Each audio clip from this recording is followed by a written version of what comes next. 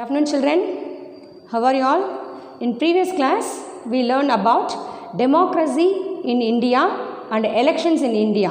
Previous videos நம்ம பார்த்தோம் இல்லையா. இப்போ நம்ம இந்தியாவில் பார்த்திங்கன்னா பார்லிமெண்ட்ரி டெமோக்ரஸி நம்ம ஃபாலோ பண்ணுறோம் அப்படின்னு பார்த்தோம். அதில் எவ்வளோ பெரிய சேலஞ்சஸை நம்ம ஃபேஸ் பண்ண வேண்டியது இருக்குது அப்படின்றத பற்றி தான் இந்த வீடியோவில் நம்ம பார்க்க போகிறோம். இப்போது மற்ற கண்ட்ரீஸ்லாம் பார்த்திங்கன்னா USA, ஆஸ்திரேலியா, ஜப்பான் இந்த மாதிரி நாடுகள்லாம் பார்த்திங்கன்னா ஒரே மொழி பேசுகிறவங்க, ஒரே விதமான கலாச்சாரம் ஃபாலோ பண்ணுறவங்க, way of style of dress, cultures இது எல்லாம் பார்த்திங்கன்னா சேமாக தான் இருக்கும். அங்கே வந்து எந்த ஒரு சேஞ்சஸும் இருக்காது. ஓகேவா? ஆனால் நம்ம இந்தியாவில் பார்த்திங்கன்னா மல்டி கல்ச்சர், மல்டி லாங்குவேஜஸ், அப்புறம் multi way of style, life ஸ்டைலும் பார்த்திங்கன்னா டிஃப்ரெண்ட்டாக இருக்கும். ஸ்டேட்டுக்கு ஸ்டேட்டு வேரி ஆகும். இப்போ பார்த்திங்கன்னா தமிழ்நாட்டில் தமிழ் பேசுவாங்க, ஆந்திராவில் தெலுங்கு பேசுவாங்க, கேரளாவில் மலையாளம் பேசுவாங்க. இப்போ அவங்களுடைய வாழ்வியல் முறை வேறு, நம்ம தமிழ்நாட்டினுடைய வாழ்வியல் முறை, அதாவது கல்ச்சர் அப்படின்னு சொல்லுவாங்க. ஸோ இந்த மாதிரி பல்வேறு விதமான மக்கள் வாழக்கூடிய நம்ம நாட்டில் டெமோக்ரஸி அப்படிங்கிறது, அதாவது எல்லாரையும் ஒரே ஒரு சட்டத்தின் கீழ் கொண்டு வர்றது, எல்லாரையும் காம்ப்ரமைஸ் பண்ணுறது அப்படிங்கிறது ஒரு மிகப்பெரிய சவால். அப்படி தானே? இப்போ ஒரு வீட்லேயே வந்து 4 பேர் இருக்கோன்னா 4 பேருக்கும் 4 விதமான எண்ணங்கள் இருக்கும், 4 விதமான விருப்பங்கள் இருக்கும். அப்போ இப்போ ஒரு அப்பாவுக்கு 4 பிள்ளைங்க இருக்காங்க அப்படின்னா 4 பேரையும் அவர் வந்து சாக்ரிஃபைஸ் பண்ணணும், 4 பேரையும் நல்வழிப்படுத்தணும் அப்படின்னா அவர் ஒரு சர்டன் ரூல்ஸ் அவர் ஃபாலோ பண்ணி ஆகணும். அதே மாதிரி தான் நம்ம இந்தியாலையும் பல்வேறு லாங்குவேஜஸ் பேசுகிறவங்க, பலவிதமான கலாச்சாரம் பின்பற்றுறவங்க, வாழ்வியல் முறையே டிஃப்ரெண்ட் அப்படிங்கும் போது அப்போ இந்தியாவுடைய கான்ஸ்டியூஷன் எவ்வளோ யோசிச்சிருப்பாங்க இல்லையா? ஸோ அதில் இருக்கக்கூடிய சிக்கல்களை பற்றி, major challenges for Indian democracy பற்றி தான் நம்ம இங்கே பார்க்க போகிறோம். Okay, shall we move? First one பாருங்கள், major challenges to Indian democracy. Democracy is the dominant form of government in the contemporary world. Dominant means important. இப்போ இருக்கக்கூடிய கரண்ட் டேஸில், இன் மாடர்ன் டேஸ். கான்டெம்பரரினா சேம் டைம் ஆஃப் பீரியட், அதாவது ஒவ்வொரு காலகட்டத்துக்கு ஏற்ற மாதிரியும் ஆட்சி முறை மாறுபடும். இப்போ வந்து பார்த்திங்கன்னா ஒரு 100 வருஷத்துக்கு முன்னாடி, ஒரு 200 வருஷத்துக்கு முன்னாடி நம்மள பிரிட்டிஷ் வந்து அவங்களோட கண்ட்ரோலில் வச்சுருந்தாங்க. அதுக்கப்புறம் நம்ம 1947 நம்ம இண்டிபெண்ட் கண்ட்ரியாக நம்ம மாறிட்டோம். Okay, democratic கண்ட்ரியாக மாறிட்டோம். பிரிட்டிஷ்க்கு முன்னாடி பார்த்திங்கன்னா மன்னராட்சி முறை இருந்தது. ஓகே, அப்போ ஒவ்வொரு காலகட்டத்துக்கு ஏற்ற மாதிரி ஆட்சி முறை, கவர்மெண்ட் ஆனது மாறுது இல்லையா? இப்போ நம்ம ஃபாலோ பண்ணுறது பார்த்திங்கன்னா பார்லிமெண்ட்ரி ஃபார்ம் ஆஃப் டெமோக்ரஸி. அதாவது இப்போ இருக்கக்கூடிய நடைமுறை உலகத்தில் நம்ம டெமோக்ரஸி அப்படிங்கிற ஜனநாயக முறை அப்படிங்கிறத நம்ம ஃபாலோ பண்ணுறோம். Dominant means most important or at ப்ரெசண்ட்டில் நம்ம ஃபாலோ பண்ணிகிட்டு இருக்க நடைமுறை இல்லையா? Okay, it has not faced a serious challenges or a rival so far. இப்போ ஒரு 200 வருஷத்துக்கு முன்னாடி வரைக்கும் இந்த அளவுக்கு சேலஞ்சஸோ ஒரு காம்படிட்டிவோ கிடையாது. ஆனால் அட் ப்ரெசண்ட்டு ஒரு 20 வருஷமாக பார்த்திங்கன்னா ஒவ்வொரு நாடுகளுக்கிடையே வேகமாக போட்டி போட்டுக்கிட்டு முன்னேறிட்டு இருக்காங்க. அப்போ முன்னேறிட்டு இருக்கும் பொழுது அதுக்கேற்ற மாதிரி மக்களை வழிநடத்தக்கூடிய பொறுப்பு யார்கிட்ட இருக்குது அப்படின்னா நம்மளுடைய டெமோக்ராட்டிக் கண்ட்ரியில் நம்ம கான்ஸ்டியூஷன் ஃபாலோ பண்ணுறோம் இல்லையா, அந்த நம்ம நாட்டில் நடக்கக்கூடிய பார்லிமெண்ட்ரி ஃபார்ம் ஆஃப் கவர்மெண்ட்டுக்கு இருக்குது இல்லையா? அப்போ நம்மளுடைய கவர்மெண்ட் என்ன மாதிரியான சேலஞ்சஸாக ஃபேஸ் பண்ணுறாங்க. ஸோ இந்த லாஸ்ட் 100 years, ஓகே, கடந்த 100 வருஷங்களாக there has been an expansion of democracy all over the world. So கடந்த 100 வருஷங்களாக இந்த டெமோக்ரஸி அப்படிங்கிறது விரிவடைஞ்சிக்கிட்டே போகுது.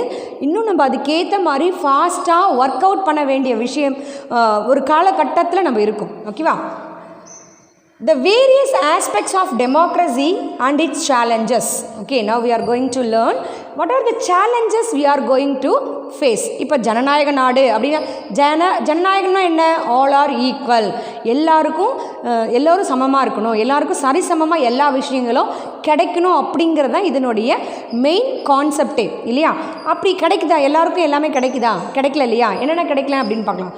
ஃபார் எக்ஸாம்பிள் இல்லிட்ரஸி, மெயினாக கல்வி அறிவு இல்லாமல் இருக்கிறது அப்படின்னு பார்த்திங்கன்னா கிட்டத்தட்ட இப்போ வந்து ஒரு 70% ஓரளவுக்கு நம்ம எஜுகேஷனில் டெவலப் ஆகிட்டோம். ஆனால் 30% இன்னமும் கல்வி அறிவு அப்படிங்கிறது நிறைய ரீஜனில் பார்த்திங்கன்னா கிடைக்காம இருக்குது. அப்படி கிடைக்காம இருக்கிறதுனால என்ன டிமெரிட்ஸ் அப்படின்னு பார்த்திங்கன்னா, ஒரு நாடு கொண்டு வரக்கூடிய சட்டத்திட்டங்கள் அந்த மக்களுக்கு போய் ரீச் ஆகாமல் அது ஃபெயிலியர் ஆகிடுது. அதாவது கல்வியறிவு இல்லாதனால அவங்களுக்கு என்ன தெரியல, நமக்கு என்ன உரிமைகள் இருக்குது, நமக்கு என்னென்ன பொருள் கிடைக்குது, கவர்மெண்ட் நமக்கு என்னெல்லாம் செய்யுது அப்படின்னு. இப்போ ஃபார் எக்ஸாம்பிள் காட்டுவாசிகளாக இருப்பாங்க, பழங்குடியின மக்களாக இருப்பாங்க, அவங்களுக்கு பார்த்திங்கன்னா கவர்மெண்ட்டில் நிறைய சட்டத்திட்டங்கள் போட்டிருப்பாங்க. ஆனால் அவங்களுக்கு படிப்பறிவு இல்லாததுனாலே என்ன ஆகிடுதுன்னா, அவங்க அந்த பாவர்ட்டி, அதாவது அவங்கள வந்து தன்னை டெவலப் பண்ணிக்காமையே ஏழ்மையிலே இன்னும் இருக்காங்க. புரியுதா? ஸோ அடுத்த பாயிண்ட் இதிலே வந்துருச்சு பாருங்கள், பாவர்ட்டி. ஸோ படிப்பறிவு இல்லாததுனால ஒரு கான்ஸ்டியூஷன், ஒரு டெமோக்ராட்டிக் கண்ட்ரியில் போடக்கூடிய சட்டத்திட்டங்களானது அந்த படிப்பறிவு இல்லாததுனாலே அவங்களுக்கு போய் என்ன ஆகுது, ரீச் ஆக மாட்டேங்குது. அதனாலே அவங்க என்ன இருக்காங்க, பாவர்ட்டி, ஏழ்மை. நம்ம இந்தியன் டெமோக்ராட்டியில் பார்த்திங்கன்னா ஏழ்மை அப்படிங்கிறது ஒரு மிகப்பெரிய சவால். ஏன் அப்படின்னா அதாவது கவர்மெண்ட் வந்து எவ்வளோ சட்டத்திட்டங்கள் கொண்டு வந்தாலும், எவ்வளோ இலவசங்கள் கொண்டு வந்தாலும் என்ன பண்ண முடியல, அந்த ஏழ்மைன்ற விஷயத்தை மாற்ற முடியல. ஏன் அப்படின்னா அந்த லேக் ஆஃப் நாலேஜ், கல்வி அறிவு இல்லாத நாம் எப்படி இருக்கணும், நமக்கு என்னென்ன உரிமைகள் இருக்குது, அதன்படி நம்ம எப்படி வாழணும் அப்படிங்கிற ஒரு ஃபோக்கஸ் மைண்ட் அவங்கக்கிட்ட இல்லை. ஓகேவா, மக்கள்கிட்ட இல்லை மெயினாக. அடுத்து ஜெண்டர் டிஸ்கிரிமினேஷன். ஜெண்டர்னு என்னது, மேல் அண்ட் ஃபீமேல் அப்படின்னு நம்ம சொல்கிறோம் இல்லையா.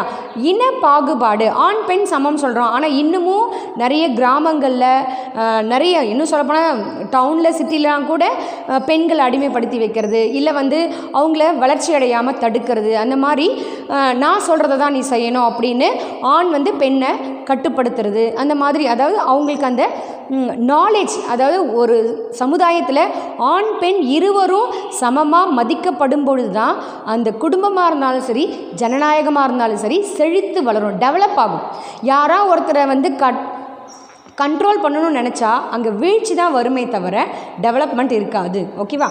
அடுத்து ரீஜனலிசம் அப்படின்னா அதாவது ஒவ்வொரு பகுதிக்கு ஏற்ற மாதிரி வட்டார மொழி பேசுகிறது, வாழ்வியல் முறை. இப்போ நம்ம தமிழ்நாட்டிலே பார்த்திங்கன்னா லாங்குவேஜ்னு பார்த்திங்கன்னா மதுரை தமிழ் ஒருத்தவங்க ஒரு மாதிரி பேசுவாங்க, சென்னை தமிழ்னு சொல்கிறாங்க, கோயம்புத்தூர் தமிழ்னு சொல்கிறாங்க. அதே மாதிரி கோயம்புத்தூரில் இருக்கக்கூடிய மக்களுடைய கலாச்சாரம் வேறு மாதிரி இருக்கும், மதுரையில் இருக்கவங்களுடைய கலாச்சாரம் வேறு மாதிரி இருக்கும். அப்போ ரீஜனலிசம், வாழக்கூடிய அந்த வட்டார பகுதியினுடைய அமைப்பே டிஃபர் ஆகுது. தமிழ்நாட்டுக்கே இவ்வளோ டிஃபர் ஆகுது பாருங்கள். அப்போ ஓவரால் இந்தியா அப்படிங்கும்போது எவ்வளோ பெரிய விஷயத்தை நம்ம ஃபேஸ் பண்ண வேண்டியதாக இருக்குது இல்லையா. அடுத்து casteism, communalism and religious fundamentalism. அதாவது காஸ்டிசம் ஜாதி வேற்றுமை, சமுதாய வேற்றுமை, மத வேற்றுமை. அதுக்கப்புறம் ஃபண்டமெண்டலாகவே நம்ம நிறைய விஷயங்கள் வந்து நமக்குள்ள நிறைய சேஞ்சஸ் இருக்குது. ஓகேவா. அடுத்து பார்த்திங்கன்னா கரப்ஷன். இப்போ நம்ம நாட்டில் தலைவிரிச்சு ஆடிட்டு இருக்க ஒரு மிகப்பெரிய ப்ராப்ளம் பார்த்திங்கன்னா கரப்ஷன். ஆக்சுவலாக வந்து கவர்மெண்ட்டு அதாவது நல்ல திட்டங்கள் கொண்டு வந்தாலும் அது சரியான முறையில் போய் சேராமல் சுயநலம் மிக்க சில தவறான அரசியல்வாதிகள் என்ன பண்ணுறாங்க, தன்னுடைய சுயநலத்துக்காக பதிக்கிறது. அரசியல்வாதிகள் மட்டும் இப்போ தப்பு செய்கிறதில்ல, நிறைய கவர்மெண்ட் எம்ப்ளாயீஸ் என்ன பண்ணுறாங்க, மக்களுக்கு கொடுக்க வேண்டிய நலத்திட்டங்களை சரியான முறையில் கொண்டு போய் சேராததுனால மக்களுடைய தேவைகளானது கிடைக்காமையே போயிடுது. மெயினான விஷயம் கரப்ஷன் மீன்ஸ் டிஸ்ஹானஸ்ட், நேர்மையற்ற தன்மை, ஊழல்.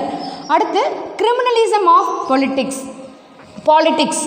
இப்போ நீங்கள் சினிமாலாம் நிறைய பார்த்துருப்பீங்க இல்லையா, அரசியல்வாதி பேச்சை கேட்கல, யார் ஒருத்தவங்க அரசியல்வாதி எதிர்த்து பேசுகிறாங்களோ அவங்க என்ன பண்ணுவாங்க, தீர்த்து கட்டிடுவாங்க, கொலை பண்ணிவிடுவாங்க, இல்லை அவங்க குடும்பத்தையே அழிச்சிருவாங்க. இந்த மாதிரி நீங்கள் நிறைய சினிமாலெலாம் பார்த்துருப்பீங்க. ஸோ இது நடைமுறையிலையும் நடக்குது. Okay.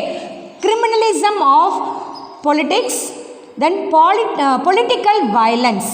Criminalism of political violence, அதாவது அரசியல் வன்முறை.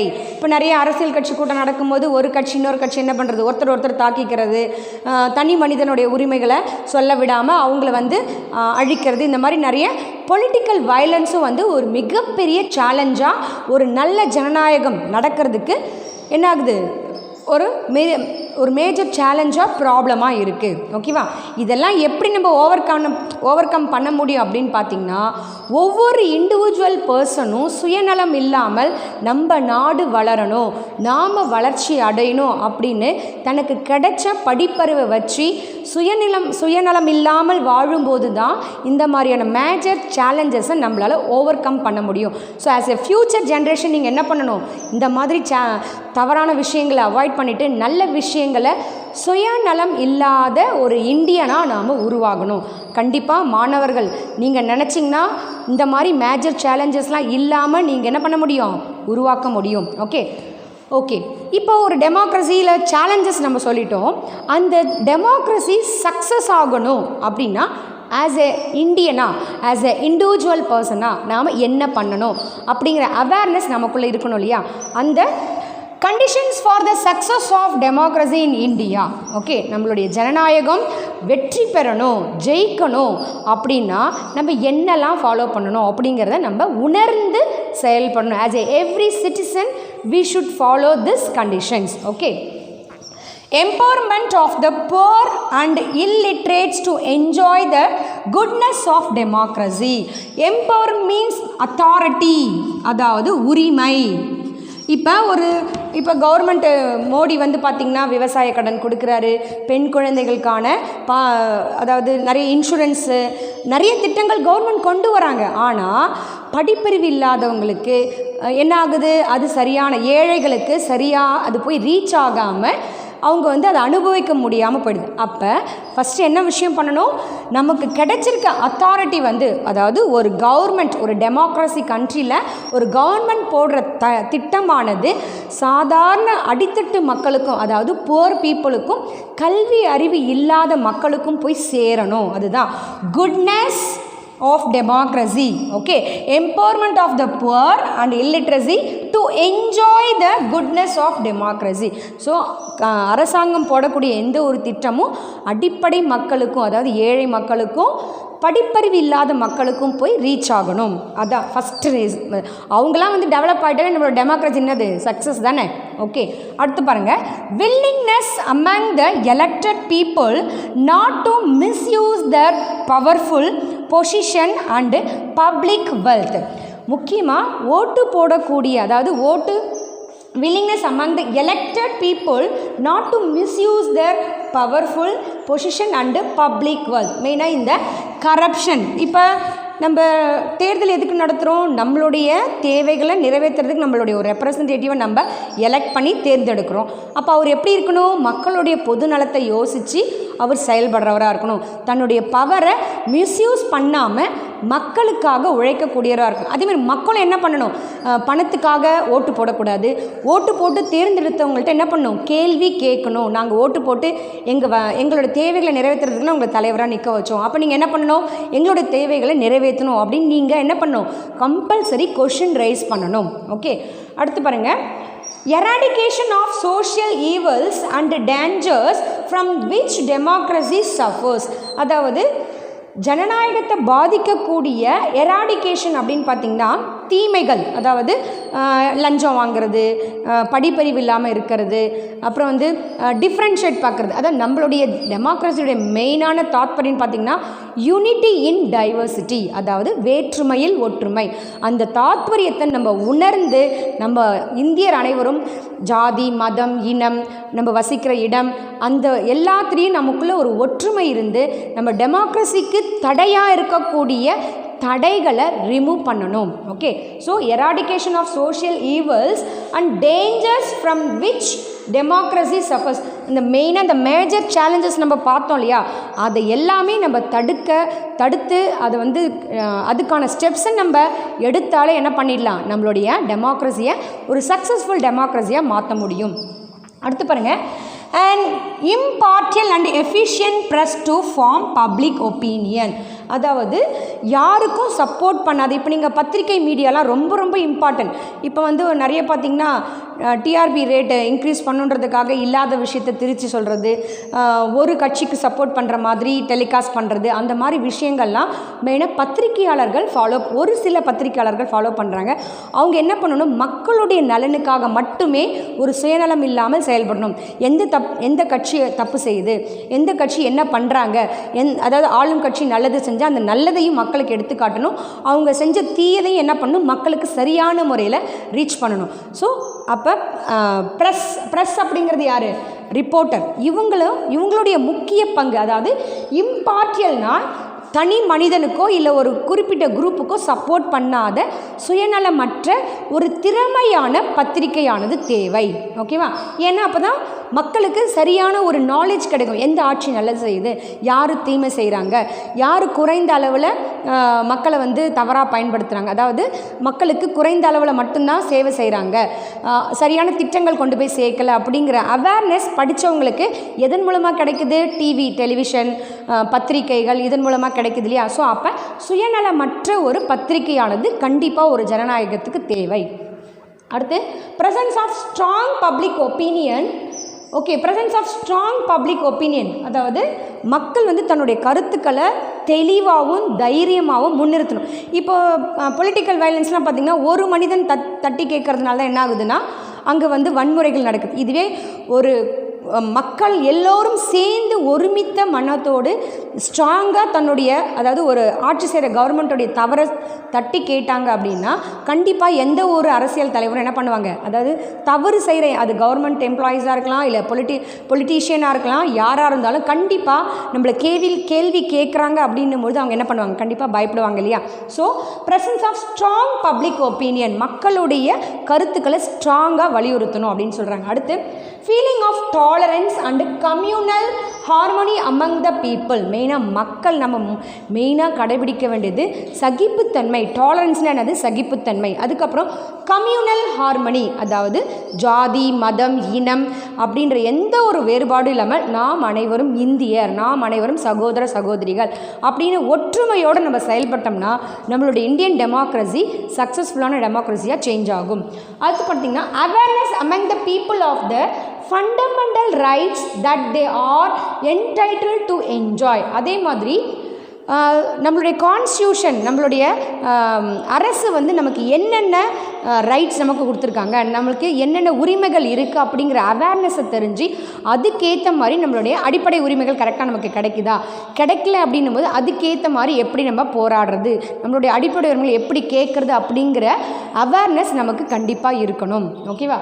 அடுத்து conscious check and vigilance on the working of the elected representatives. ஏற்கனவே சொன்னோம் இல்லையா, நம்ம ஒவ்வொரு வாட்டியும் நம்ம தேர்ந்தெடுக்கிற அரசியல் தலைவர்கள், கவர்மெண்ட் எம்ப்ளாயீஸ் வந்து நமக்கு சரியான முறையில் வேலை செய்கிறாங்களா நம்ம என்ன பண்ணோம், அவங்கள செக் பண்ணிக்கிட்டே இருக்கணும், அவங்கள என்கொயரி பண்ணிக்கிட்டே இருக்கணும். சப்போஸ் நமக்கு சரியான, இப்போ ஒரு கவர்மெண்ட் ஆஃபீஸ்க்கு போகிறீங்க, நமக்கு ஒரு விஷயம் நமக்கு அங்கே நடக்கலை அப்படின்னா அதை பற்றின சரியான ரிப்போர்ட் நம்ம என்ன பண்ணணும், அவங்களுடைய மேலதிகாரிக்கு கொடுக்கணும், அதை பற்றி கேட்கணும். சரி கிடைக்கலன்னா பரவாயில்ல விட்டுரு அப்படின்னும்போது அங்கே என்ன ஆகுது அப்படின்னா தவறுகள் நடக்கிறதுக்கு நாம் அலோவ் பண்ணுறோம். ஓகேவா? ஸோ நம்ம தேர்ந்தெடுக்கக்கூடிய ரெப்ரசன்டேட்டிவ் சரியான முறையில் செயல்படுறாங்களா அப்படிங்கிற என்கொயரி எப்பயுமே நம்ம என்ன பண்ணிகிட்டு இருக்கணும், செக் பண்ணிகிட்டே இருக்கணும். கான்ஷியஸ் மீன்ஸ் உணர்வு பூர்வமாக, உணர்ச்சியோட அப்படின்னு சொல்கிறாங்க. Okay, powerful and responsible opposition, அதாவது இப்போ ஒரு எதிர்கட்சி இருக்காங்க அப்படின்னு வச்சுக்கோங்களேன், ஆளுங்கட்சி ஒரு தவறை செய்யும் பொழுது அதை பவர்ஃபுல்லாக தட்டி கேட்டு அவங்கள வழி நடத்தக்கூடிய ஒரு எதிர்கட்சி கண்டிப்பாக ஜனநாயக நாட்டில் இருக்கணும். Okay, citizen we should do something, we should be attentive, we should be responsible for our successful democracy. Okay, here our Indian democracy can be successful and vibrant only when its citizens imbibe means consume or use. Okay, and reflect in their behavior the basic democratic values like equality, freedom, social justice, accountability and respect for all. So as a citizen வந்து நம்ம வந்து challenges பார்த்தோம். Powerful challenges எப்படி இருக்கும், அதாவது powerful democracy சக்ஸஸ்ஃபுல்லாக ஆகிறதுக்கான conditions நம்ம பார்த்தோம் இல்லையா. அதில் வந்து நம்ம ஆஸ் எ இந்தியனாக நாம் என்ன பண்ணணும், எப்படி நடந்துக்கணும் அப்படின்னா, நம்மளுடைய ஜனநாயகத்தினுடைய தாத்பரியமான ஈக்வாலிட்டி, ஃப்ரீடம், சோஷியல் ஜஸ்டிஸ், சமுதாய நீதி, accountability, responsible, okay, and respect for all, இதை எல்லாத்தையும் நாம் வி ஷுட் யூஸ், ஓகே, இம்பைப்னா கன்சியூம், பயன்படுத்தணும் அப்படின்னு சொல்கிறாங்க. ஓகே, அண்ட் ரிஃப்ளெக்ட் அண்ட் நம்மளுடைய பிஹேவியரில் இப்போ நிறைய வந்து நீங்கள் பேப்பர்ஸ்லாம் பார்க்குறீங்கன்னா நெகட்டிவான விஷயங்கள்லாம் நிறைய நடக்கிறதுக்கு காரணம் அன்பில்லாத விஷயம், எல்லோரும் ஈக்குவல் அதாவது எல்லோரும் ஈக்குவல் அப்படிங்கிற விஷயத்தை ரிஃப்ளெக்ட் பண்ணாதது, ஒருத்தர் மதிக்காதது, பொறுப்பில்லாத தன்மை, அதுக்கப்புறம் தான் மட்டும்தான் நல்லா இருக்கணும் அப்படிங்கிற சுயநலம். நீங்கள் நிறைய நெகட்டிவான விஷயங்களை படித்து பார்க்கும்போது தெரியும், அங்கே ஏதோ ஒரு சுயநலமும் தவறான சிந்தனைகள், தவறான நடத்தை, இதனால தான் வந்து நம்ம சமுதாயத்தில் நிறைய ஈவில், அதாவது தவறான விஷயங்கள் நடக்குது. இதுவே ஒரு தனி மனிதன்கிட்ட அன்பு, சகோதரத்துவம், ஈக்குவாலிட்டி, ரெஸ்பான்சிபிள், ரெஸ்பெக்ட், பெரியவங்களை மதிக்கணும் அப்படிங்கிற விஷயம்லாம் இருந்ததுன்னா இந்த மாதிரி தவறான விஷயங்கள் சமுதாயத்தில் நடக்கவே நடக்காது. ஓகே, நீங்கள் எதிர்கால இளைஞர்களாகிய எதிர்கால இந்தியாவான நீங்கள் உங்கள்கிட்ட மதிப்பு, மரியாதை, அன்பு, பொறுப்புணர்ச்சி இதையெல்லாம் வளர்த்துக்கிட்டால் மட்டும்தான் இன்னும் சக்ஸஸ்ஃபுல்லான ஒரு டெமோக்ரஸியை நாம் ஃப்யூச்சரில் உருவாக்க முடியும். அதுதான் இந்த லெசனில் உங்களுக்கு டீச் பண்ணுறாங்க. புரியுதா? இதெல்லாம் நீங்கள் ஃபாலோ பண்ணுவீங்க தானே? Okay. Their mindset, thinking and behavior are expected to be in tune with the essential conditions of democracy. In their mind means people. We are. Okay, இங்கே வந்து நம்மளை தான் சொல்கிறாங்க, வேறு யாருக்கோ சொல்லலை. as a people, as a Indian நாம் இதை உணர்ந்து செயல்படணும். Their mindset, thinking சிந்தனை and behavior நடத்தை, okay, are expected to be in tune with the essential conditions of democracy. So இந்த ஜனநாயகம் வந்து சக்ஸஸ்ஃபுல்லாக இருக்கணும் அப்படின்னா ஜனநாயகம் ஜெயிக்கிறதுக்கான சிந்தனை, நடத்தை எல்லாமே நம்மளுடைய மைண்ட் செட்டில் இருக்கணும். They have to appreciate the opportunities for their desired roles like participation, making the system accountable, fulfilling obligation means duty, obligations means கடமை அப்படின்னு சொல்லுவாங்க இல்லையா, duty, and proactive roles to actualize the goal of democracy. அதாவது நம்ம இப்போ சினிமாலலாம் பார்ப்போம், யாரா ஒரு வில்லன், இப்போ நம்மளுக்கு யாராவது ஒரு கஷ்டம் வந்ததுன்னா யாராவது ஒரு ஹீரோ வந்து நம்மளை காப்பாற்ற மாட்டாரா அப்படின்னு நம்ம சினிமாவில் காமிக்கிறாங்க இல்லையா. சினிமாவில் காட்டுற மாதிரி எந்த ஒரு ஹீரோவும் நம்மளை வந்து காப்பாற்ற மாட்டாங்க. நம்மளுடைய டெமோக்ரஸி வந்து ஒரு சக்ஸஸ்ஃபுல்லாக இருக்கணும் அப்படின்னா நமக்குள்ளே தான் மாற்றங்கள் கொண்டு வரணும். அதாவது நமக்கு சான்ஸ் கிடைக்கும் போது, ஆப்பர்ச்சுனிட்டிஸ் கிடைக்கும் பொழுது நம்மளால் இயன்ற நல்ல விஷயங்களை கற்றுக்கிட்டு நம்மளால் ஆன நல்ல விஷயங்களை இந்த சமுதாயத்துக்கு செய்யும்பொழுது, இப்போ ஒரு தனி மனிதன் திருந்தினாலே ஆட்டோமேட்டிக்காக இந்த நாடே மாறிடும். ஓகே, ஸோ அப்போ எவ்ரி இண்டிவிஜுவல் பர்சனும் மாற்றம் வரணும் அப்படின்னு சொல்லிட்டு மாற்றத்துக்காக காத்துட்ருக்காம நாமளே களத்தில் இறங்கி மாற்றங்களை உருவாக்கக்கூடிய ஒரு சிட்டிசனாக இருக்கணும். ஓகேவா? ஸோ இதில் தான் இந்த லெசன் வந்து ஃபுல் அண்ட் ஃபுல் உங்களுக்கு டெமோக்ரஸினா என்ன, அந்த டெமோக்ரஸியில் ஒரு இந்தியன் சிட்டிசனுடைய ஆஸ் அ சிட்டிசன் நாம் எப்படி பிஹேவ் பண்ணணும், எந்த மாதிரியான ரெஸ்பான்சிபிலிட்டிஸ் நமக்கு இருக்கணும் அப்படின்றத இந்த லெசன் உங்களுக்கு கொடுத்துருக்காங்க. So I think you are all be a successful Indian. Okay, thank you.